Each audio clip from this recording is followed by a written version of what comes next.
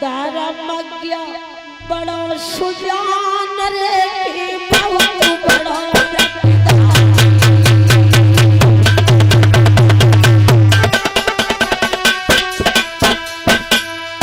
ध्यान देना भैया। धर्मध्वज नाम के महान इंसान थे, भले भले प्राणी थे। उन्हीं के घरों में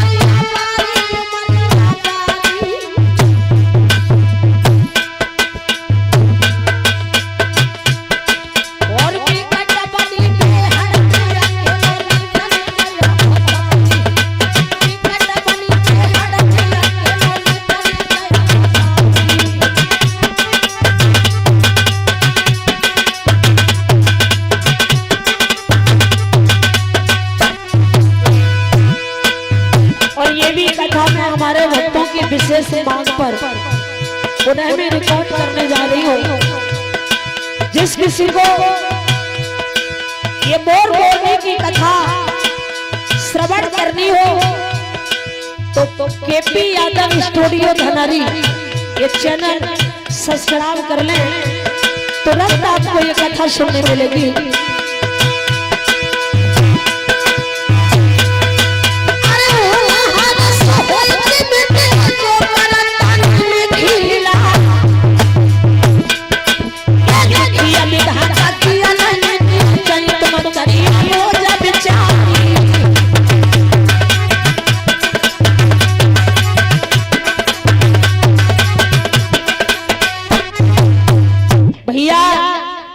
धर्मध्वज नाम के जो महान प्राणी थे उनके घर में एक बेटा का जन्म हुआ जिसका नाम धर्मवीर पड़ा। अब आपका बड़ा ही प्यारा था। एक दिन धर्मवीर अकेला ही एक बगिया में घूमने के लिए निकल गया। जब बगिया में घूमने के लिए निकल गया तो उसने देखा उस बाग में एक प्राचीन मंदिर है, बहुत पुराना। वो लड़का उस मंदिर में चला जाता है और जब मंदिर में पहुंचा तो उस लड़का ने देखा उस मंदिर के अंदर एक सुंदर कन्या बैठी है और दुर्गे मैया की पूजा कर रही है। क्या कह रही है? मैया मैया तेरा अजब प्यार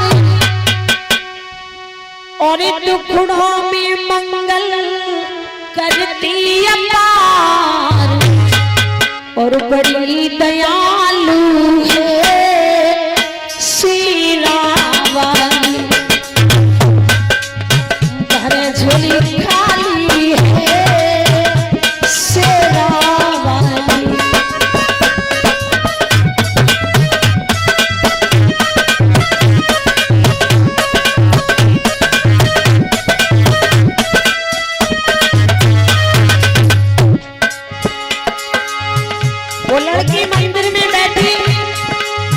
स्तुति कर रही है दुर्गे माँ की।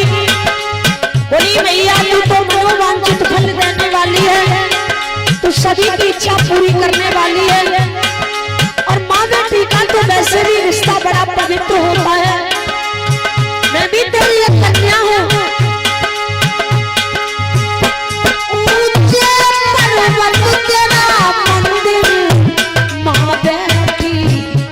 के अंदर।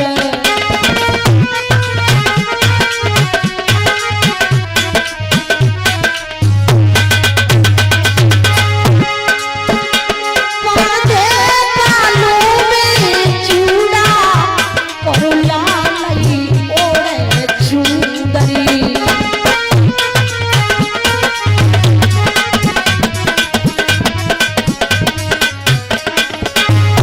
मुझे कृपा करो मेरे कष्ट हरा, देव दया दृष्टि डाली है शेरा वाली, हरे दुख खाली है शेरा वाली।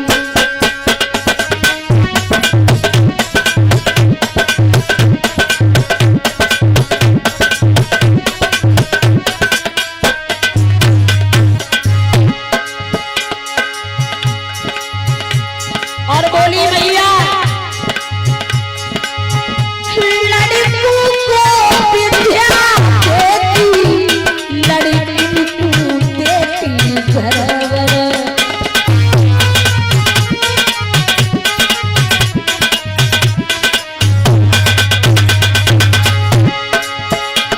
लड़कन को विद्या देती, लड़की को देती घरवर।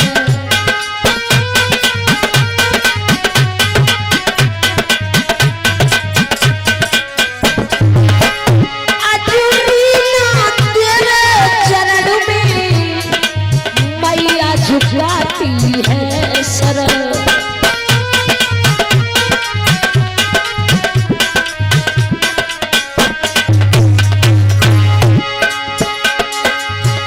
तेरे द्वार खड़ी ले आस पड़ी, देव दया दृष्टि डाली है शेरा वाली, हरे दुख खाली है शेरा वाली।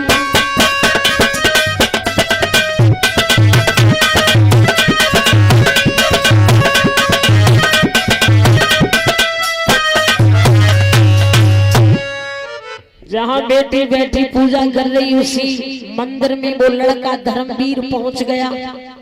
उसने जैसे ही बिटिया को देखा उसके दिल में ये बात आई कि मैं इस बिटिया से शादी कर लूं। दुर्गे मैया से प्रार्थना करने लगा, माँ आज तक मैंने किसी भी देवता पर भरोसा नहीं किया। सभी कहते हैं कि देवताओं की पूजा करो और देवताओं से जो मांगो वो मिलता है। तो मैं भी आज ये जानना चाहता हूं कि आखिर देवता सच्चे होते हैं। मैया जो तेरे मंदिर में बैठी लड़की पूजा कर रही है और जिस दिन ये मेरी दुल्हन बन जाए तो सुन ले मैया मैं भी क्या करूंगा।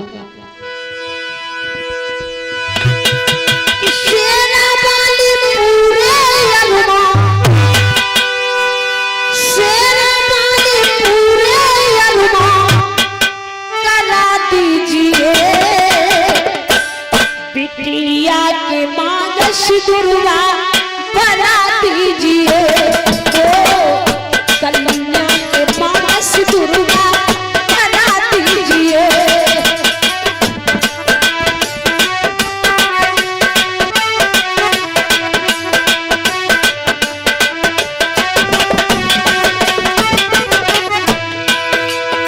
बोला है वो लड़का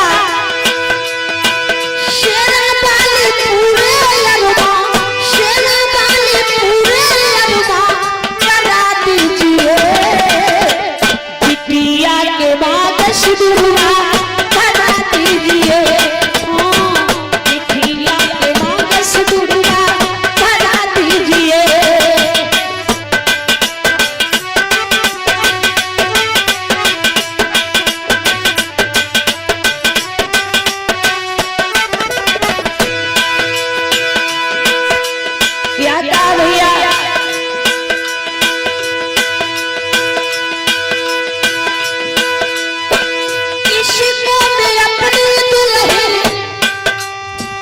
शिशु दिन बनाऊंगा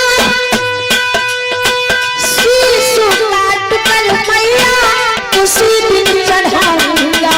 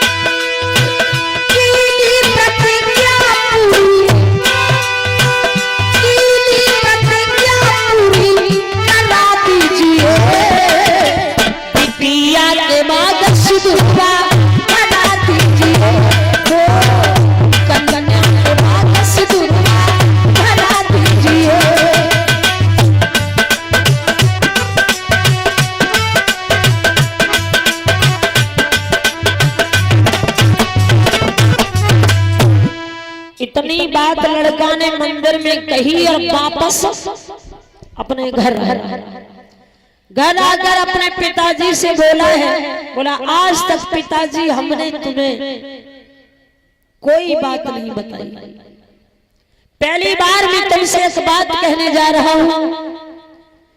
अभी भी मंदिर में एक लड़की को देखकर आया हूं, मेरा ये प्रण है कि मैं शादी करूंगा तो उस लड़की से, और अगर तुमने मेरी शादी उस लड़की से नहीं की तो मैं अपने प्राण गंवा लूंगा।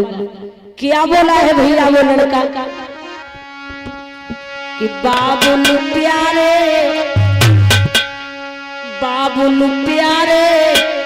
बचन हमारे पे तुम ध्यान लगाओ, मुझे क्या हो गया है, मुझे क्या हो गया है।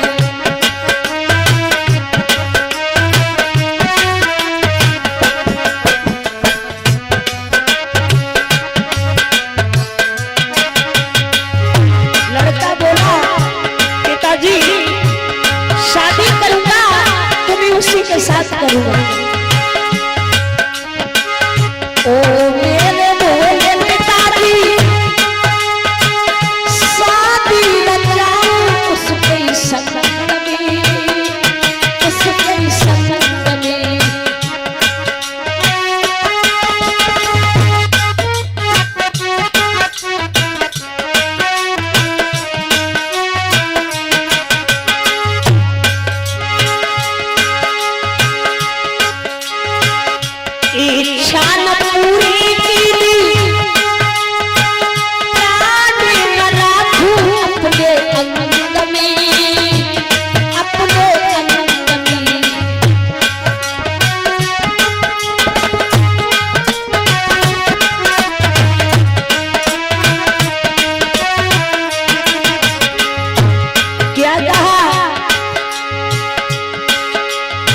इच्छा पूरी मेरी जरूरी, जल्दी पिता कराओ, मुझे क्या हो गया है, मुझे क्या हो गया है, मुझे क्या हो गया है।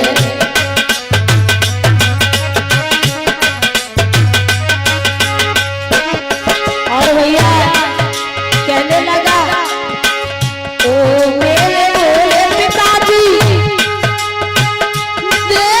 सुंदर शरीर हो, शरीर हो,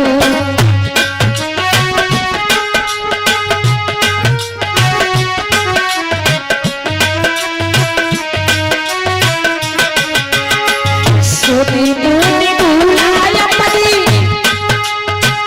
दिली हो गया गंभीर हो, गंभीर हो, मनुआ बोला बोला इसको अपनी बनाओ, मुझे क्या हो गया है, मुझे क्या हो गया है, मुझे क्या हो गया है।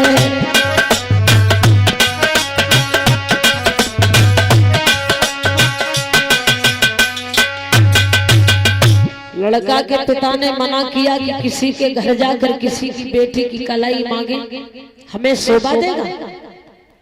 लड़का ने कहा कुछ भी सही, अगर तुम अपने बेटे की खुशी चाहते हो तो तुम्हें लड़की के घर जाना पड़ेगा। इकलौता बेटा था। बोले ठीक है। धर्मवीर के पिता ने पता लगाया उस लड़की के पिता का और पहुंच गए। जाकर के भैया उन्होंने कहा कि आप अपनी बेटी की शादी हमारे बेटा से कर दो, अगर तुमने ऐसा नहीं किया तो हमारा इकलौता बेटा मर जाएगा। उस बेटी के बाप ने कहा अगर यही इच्छा है तुम्हारे बेटा की तो हम जरूर अपनी बेटी की शादी तुम्हारे पुत्र से करेंगे। मेरे प्यारे भक्तों, आज शुभ घड़ी में उस लड़की के पिता ने धर्मवीर के साथ में शादी कर दी। जब शादी कर दी, जो भी उसकी इच्छा थी वो दहेज दिया और जब बिटिया को दुल्हन बना करके बिठाया है डोली में, तो भैया उस बाप ने अपनी कन्या को समझाया कि आज से तुम्हारा नया जीवन आरंभ हो रहा है। बेटी, बचपना आप यही छोड़ करके चली जाना। ससुराल में जो तुम यहाँ शरारतें करती थी वो मत करना, क्योंकि वह ससुराल है। यहाँ तो तुम रूठ जाती थी जिस वस्तु पर, जिस चीज पर वो हम तुम्हें दिलवा दिया करते थे, लेकिन ससुराल में कोई नहीं सुनने वाला। साजन के घर पे चली पर दुल्हन उमंगे, छोटे भैया भी चलो अपनी बहिना के साथ। छोटा भाई भी जा रहा है, डोली में बैठ गई। आज क्या बोले पिता बिटिया कि कुल की परंपरा मरिया दानी भाए जाना बेटी।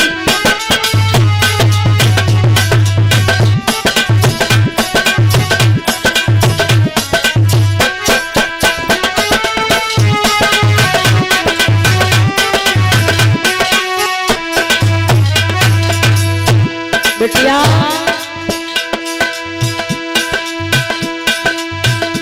बेटी का घर तो ससुराल में होता है, पियर में तो तुम रही, तुम किसी और की अमानत थी, जिसकी थी उसे हमने दे दी।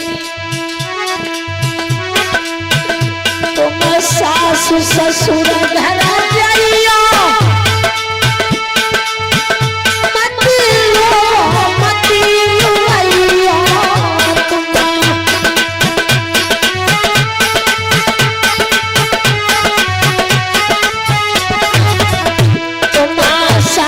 ससुर घर जाइया, मत रो मत रो भैया।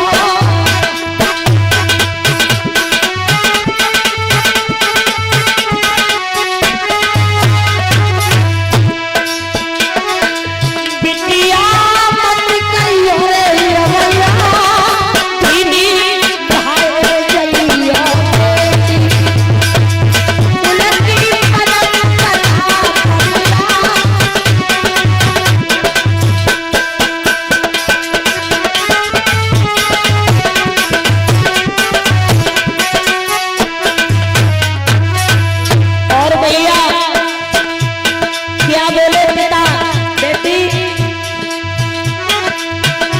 ऐसा कभी भी भूलकर काम मत करना जो हमारे पास दुल्हन आए।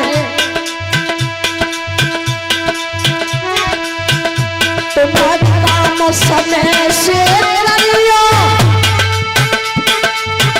सब चीज जहाँ रखियो।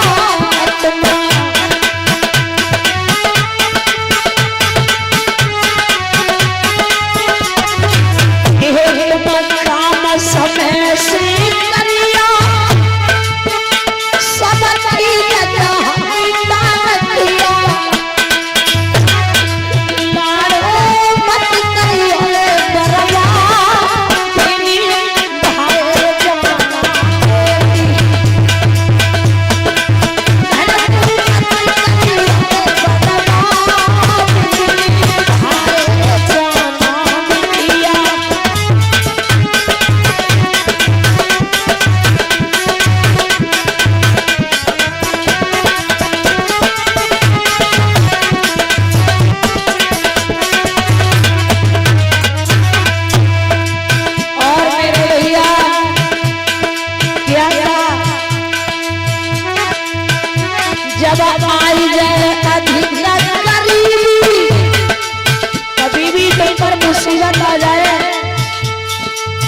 भैया कभी भी गरीबी आ जाए तो धर्म मत छोड़ देना, दुख का सामना करना बेटी। जो आई जाए अधिक गरीबी तो धर्म तजिया देवी जो।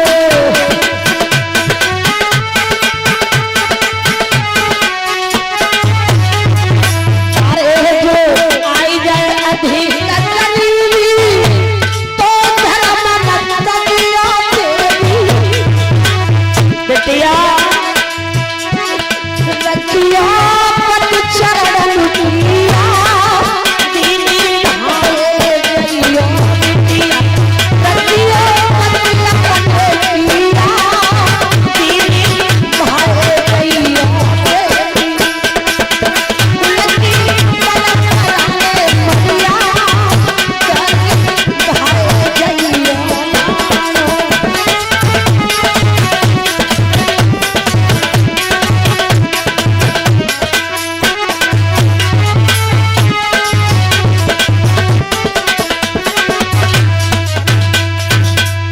आज भैया इस प्रकार से बिटिया की विदा की है।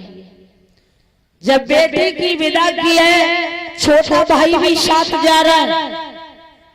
जहाँ मंदिर मैया का बना हुआ था उधर से ही रास्ता गया था धर्मवीर के गांव के लिए।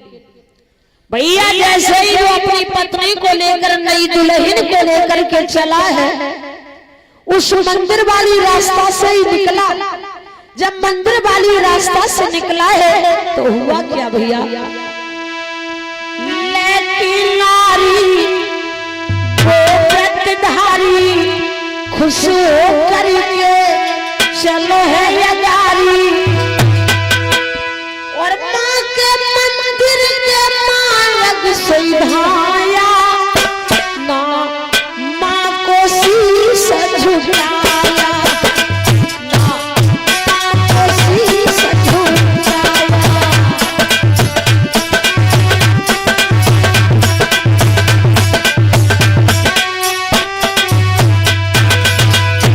भैया मैया को सर काट करके चढ़ाने की बात तो दूर रही, क्योंकि पहले तो उसमें यह कहा कि जिस दिन मैं इस लड़की से शादी कर लूंगा उसी दिन अपनी गर्दन काट कर तेरे कदमों में रख दूंगा। अब वो तो बात बहुत दूर रही, वो माँ के मंदिर तक नहीं गया।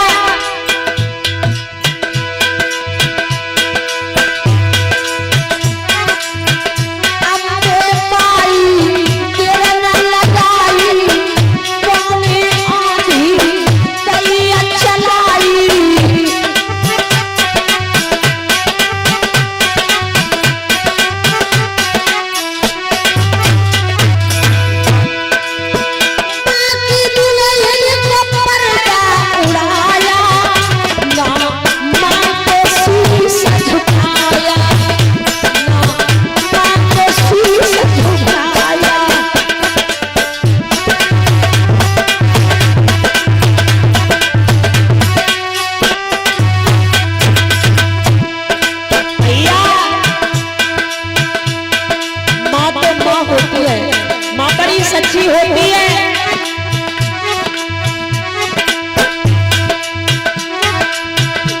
तो प्रगति और कदम संभाल के मेरी मैया के नाम बहाल के, सब प्रगति और कदम संभाल के मेरी मैया के नाम बहाल के।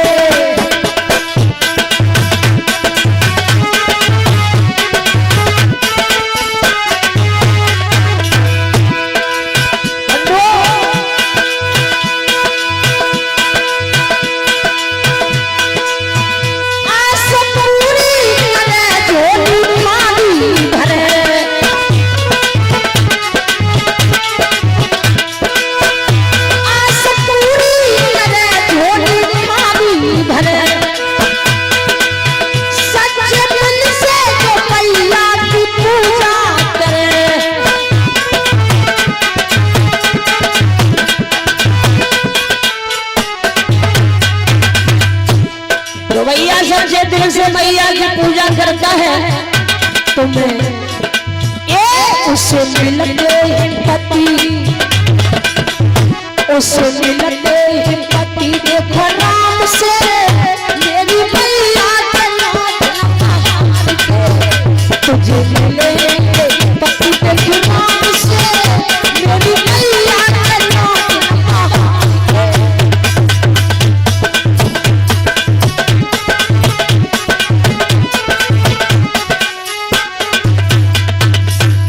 जैसे ही बाने भैया पर्दा उड़ाया दुर्गे मैया ने धर्मवीर की पत्नी का हुआ क्या? धर्मवीर ने नारी को देखो मुखारविंदा सोई याद मात की आई गई हो गई मत मंद। बोला ये चेहरा तो मैंने दुर्गा के मंदिर में देखा था। अपने साले और अपनी पत्नी से कहा कि तुम यहीं खड़े रहना, हम माँ के मंदिर जा रहे हैं। नहीं निभाया तुम ही तेरे परिवार को नष्ट कर दूंगी। लड़का ने सोचा कि इससे बेहतर तो यही होगा कि मैं सर काट दूं, वरना मेरा परिवार ही नष्ट हो जाएगा। भैया तलवार पड़ी थी मंदिर में, क्या किया उस लड़का ने?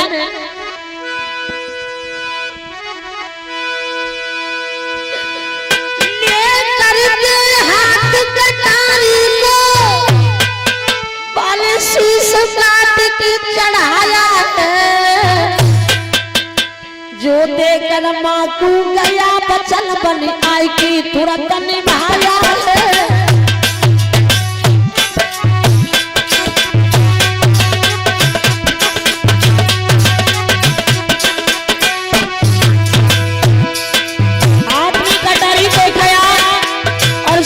शीश को काट दिया भैया।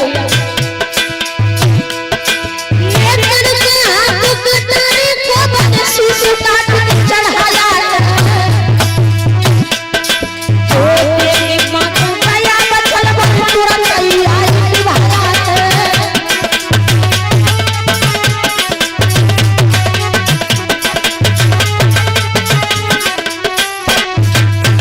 जैसे ही लड़का ने शीश को काट दिया। अब काफी देर हो गई, बहन भाई को बाहर खड़े हुए कहने लगी अपने भाई से, धर्मवीर की पत्नी के मंदिर में जाकर के देख कर किया, अभी पूजा नहीं कर पाई, काफी समय हो गया है।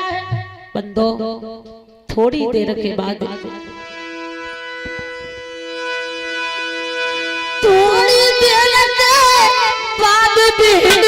भैया अपना भेजा,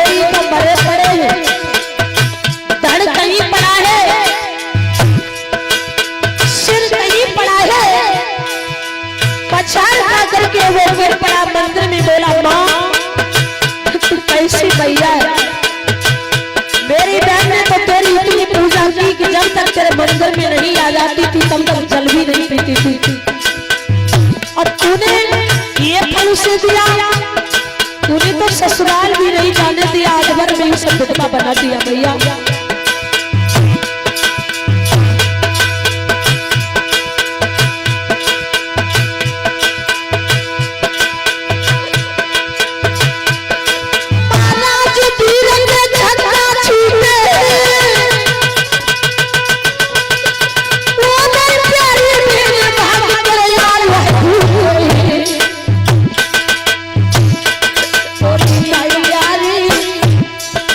जननी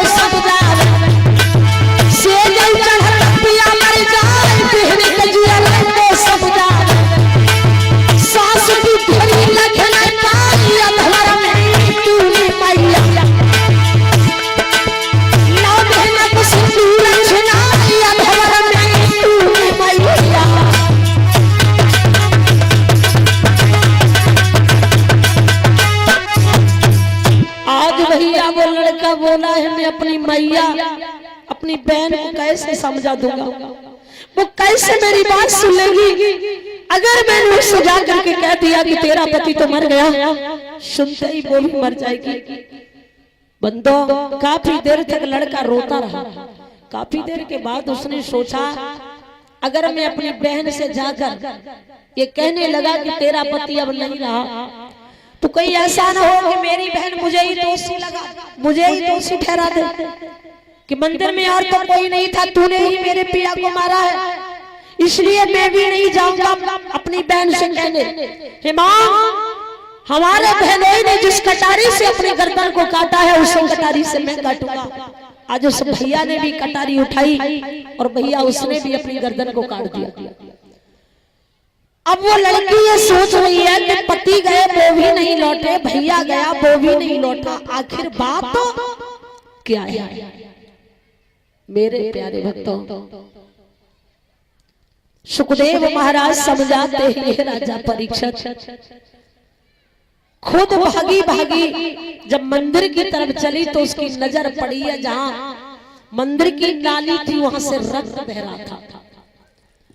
जैसे ही उसने खून की धार को देखा तो होश उड़ गए दुखिया के, और भागी भागी मंदिर में आई, देखा एक तरफ भैया पड़ा है और एक तरफ पति।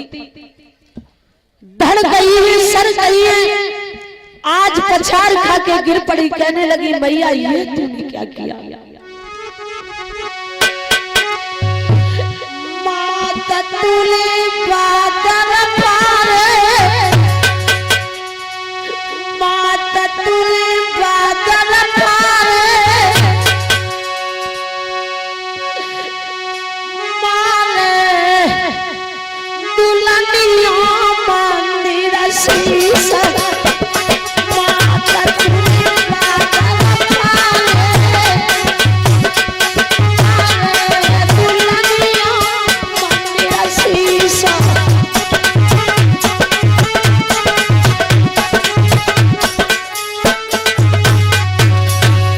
बोली भैया तूने अच्छा नहीं किया,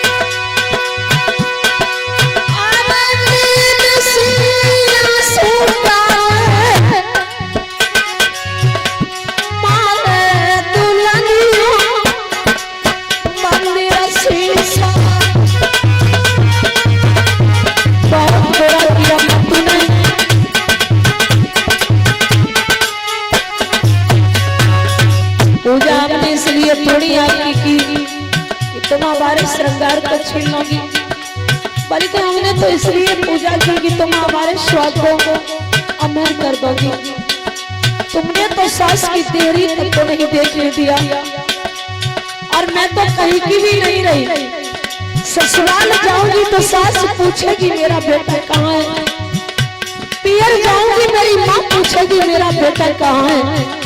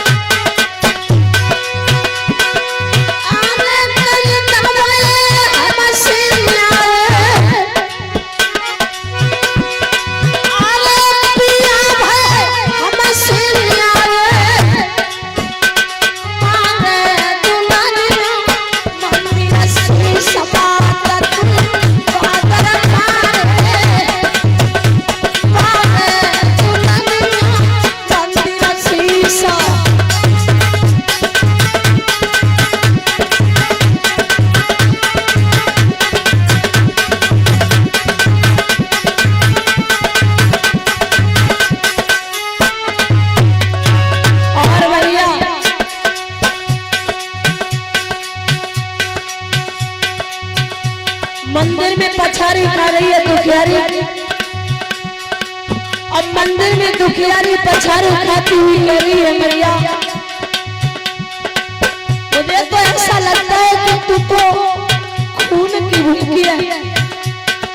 केपी भैया इन लोगों ने फोटो जरूर ले लियो। बंदो क्या बोली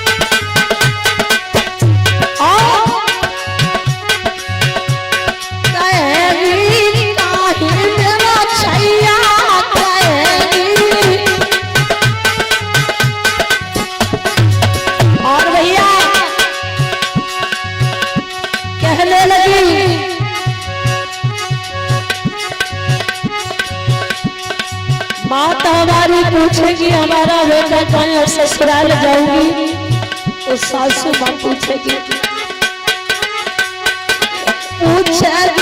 सासू मेरी मैया पूछेगी सासू मेरी मैया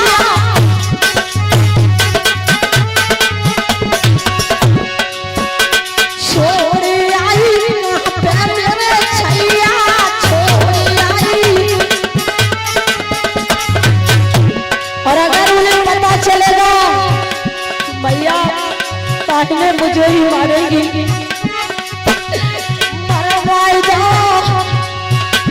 मरवाई दो तू भी मेरा छैया मरवाई दो। तूने तो मुझे कहीं का नहीं छोड़ा कहाँ जाऊँ माँ न पियर जाने लायक रही न ससुराल जाने लायक रही।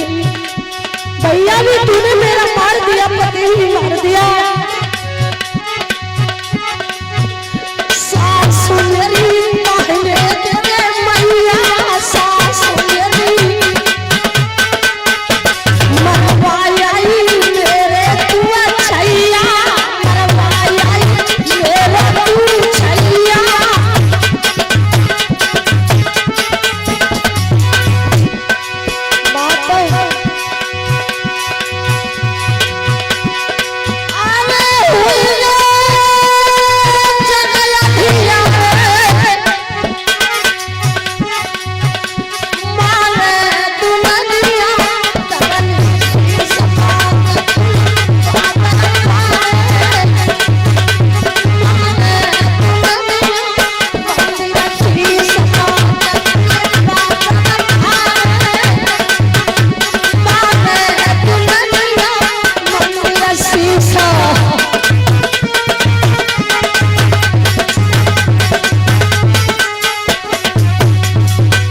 जवाब दिया माँ अगर तू रक्त की ही भूखी है तो ठीक है जहाँ मेरा पति गया जो मेरे भाई ने किया और मैं भी अब वही करूंगी।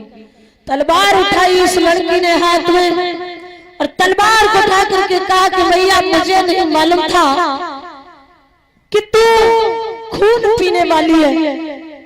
मैं तो ये जानती थी कि तुम तो खीर पूरी का भोग लेने वाली हो इसलिए मैं रोजाना तुम्हारे मंदिर में आकर के खीर पूरी का भोग बना के लाया करती थी। तुम्हें दूध अर्पण करती थी फूल चढ़ाया करती थी लेकिन तुम तो खून की प्यासी हो। ठीक है माँ मेरा जो भी हुआ उसे हो जाने दे लेकिन तू अपना ऋण हमारे ऊपर मत छोड़ना।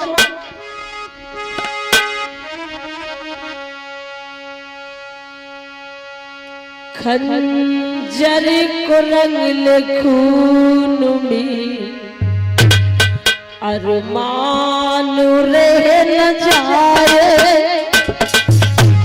माँ हमारे ऊपर कोई कर्ज न रह सके तेरा। खंजर को रंग खून में अरमान रह न जाए।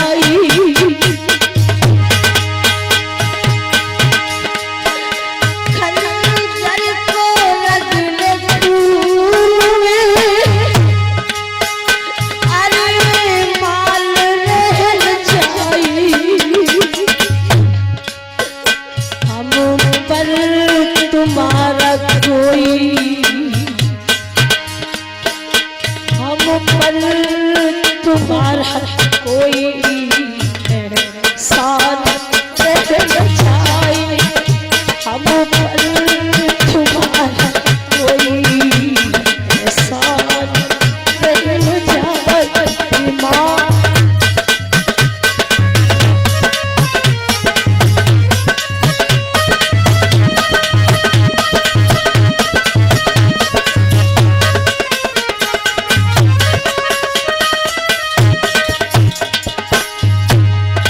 हमारी तो तूने किस्मत बिगाड़ दी, लेकिन हमारे ऊपर ऋण मत छोड़ना माँ।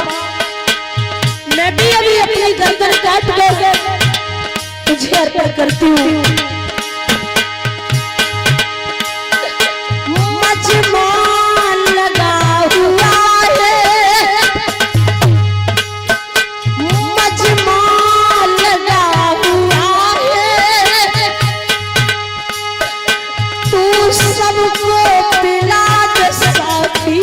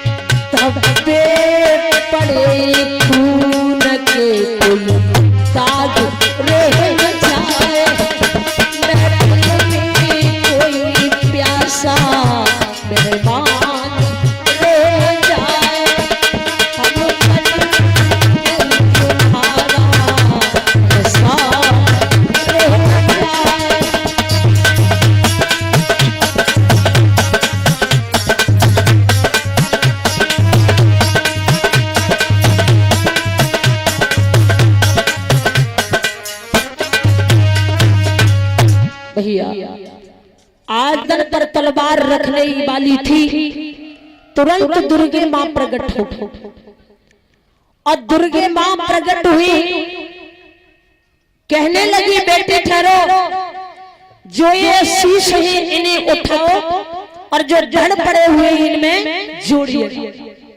आज भैया बिटिया कंपित हो रही थी, उसने वो दोनों शीश उठाए करना तो उसने ठीक चाहा लेकिन गलत हो गया।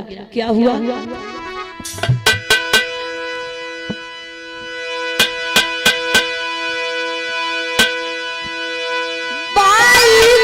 सिर पत के धड़ में, पत का सिर भैया के धड़ में, भैया का शीश लगा दिया पति के शरीर में और पति का शीश लगा दिया भैया के शरीर में।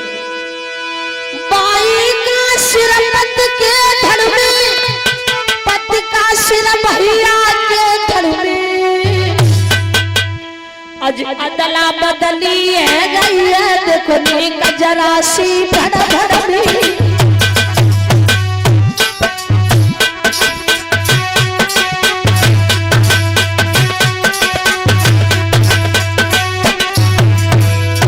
अब तो लड़की घबरा गई, कहने लगी भैया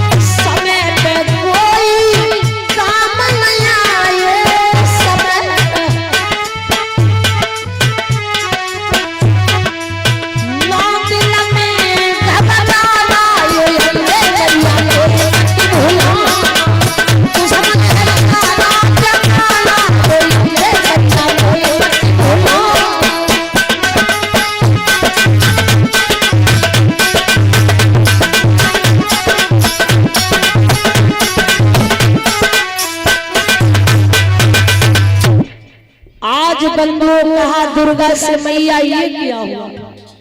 अब पति का शीश तो भैया के शरीर में और भैया का शीश पति के शरीर में।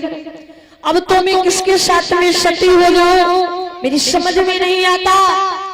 तो जवाब दिया दुर्गे मैया ने कि आप जहां पति का सर है और भैया का शरीर है उसके साथ सती हो जाइएगा।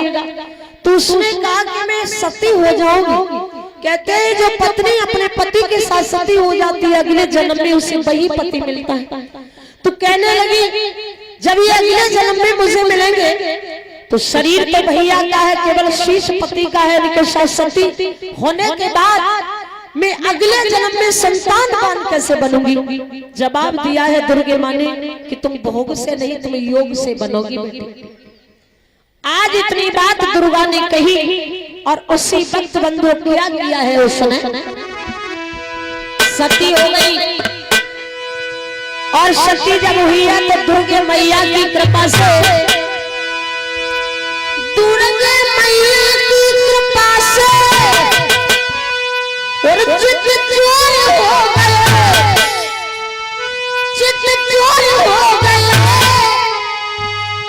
अगले जन्म में मोरनिया मोर हो गए, अगले जन्म में मोरनिया मोर हो गए।